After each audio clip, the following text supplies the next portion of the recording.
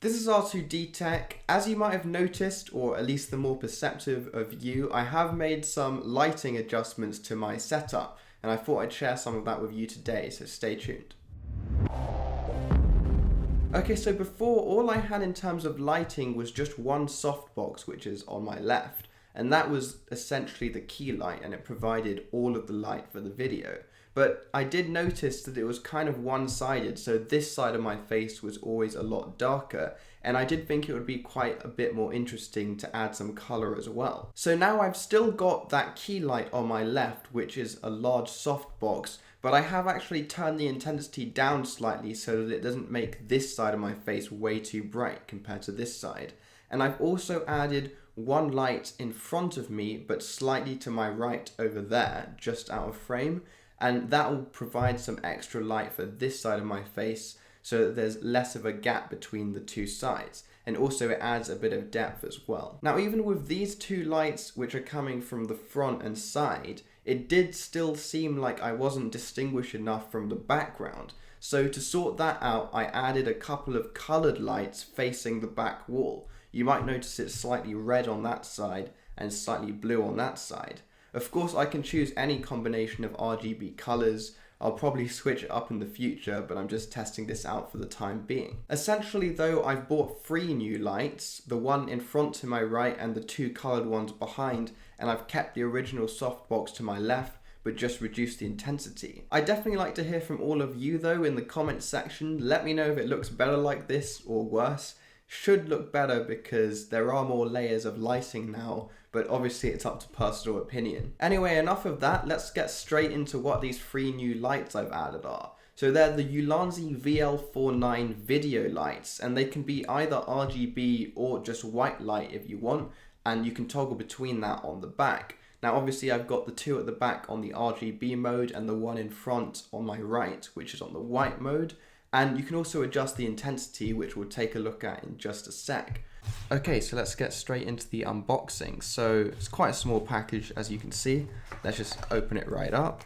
So you do get a USB-C cable, which I guess is quite useful if you don't have one already. It's quite good that it does charge with USB-C because some of them are micro USB, which is really annoying. Now, you basically just get the light itself wrapped up quite nicely, along with an instruction manual, which we'll just discard. So that's that with the box. So if we open it up, there it is. So as you can see, it actually has a diffuser already on the top, so you don't need to get one yourself, which I really like about this. It is quite a small cube, or cuboid I guess, which isn't going to light up an entire room. This is an example of one right now which is on red, and I've got another one right here which is on blue. So they are actually quite bright. What I will say is that when they're on the colored modes, like the ones I just showed, they're not that bright. But when you put them onto the white mode, which I'll show you now, this is full brightness. It's very bright, like almost blinding, so you can't even look straight at it for too long, which is actually pretty good. It won't light up an entire room, but that's not really the point. You can get a bigger softbox for that purpose, but these are really good accent lights, for like what I'm using them for right now, or what I was using them for before in the studio setup to light up the background. So let's just turn that off. As you can see, they quite usefully actually give you the color spectrum over here and exactly what number you need to basically input onto the display, which is quite useful. They give you a display and it will give you that color. So you can see the reflection of the light on the desk. Right now it's on the white mode, so if you click this button, you can change the intensity, which I guess is quite useful. Using the arrows, and you can bring it all the way down. I tend to leave it on the brightest just because it's probably the most useful that way. And then you can also change the color temperature of the white light. So you can go all the way down. Obviously the lower it is, the more yellow it will look.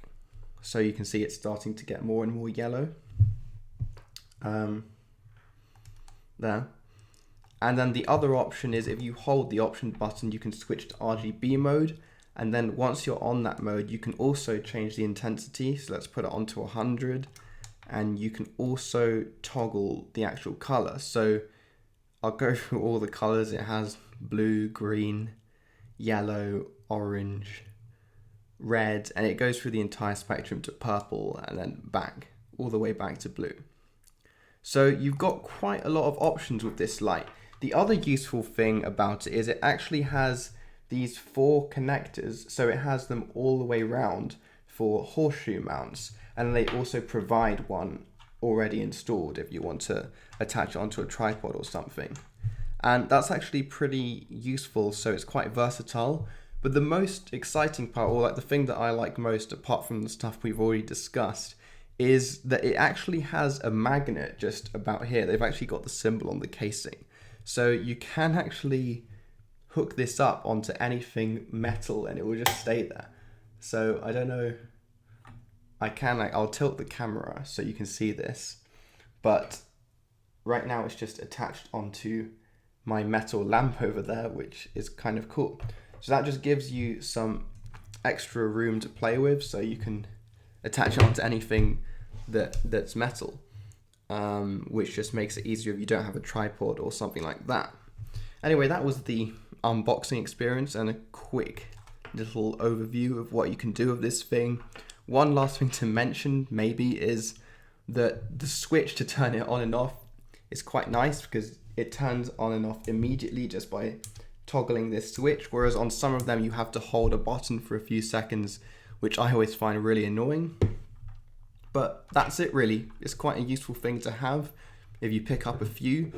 Maybe the price is a bit expensive. They're around £30 each. But I think if you're in the US on Amazon, you can get them for a bit cheaper than that, maybe $25 or something like that, which isn't too bad actually. I've seen some other companies make them for a lot more than that. Granted, they're not the brightest ones out there, but they'll definitely get the job done.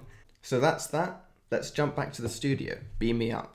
So that's a quick look into the Ulanzi VL49 studio light and how you can kind of use multiple ones to create some more depth and character to your setup. If you did like the video, then definitely leave a thumbs up. And if you want to see more content like this in the future, then smash that subscribe button and also toggle that notification bell below.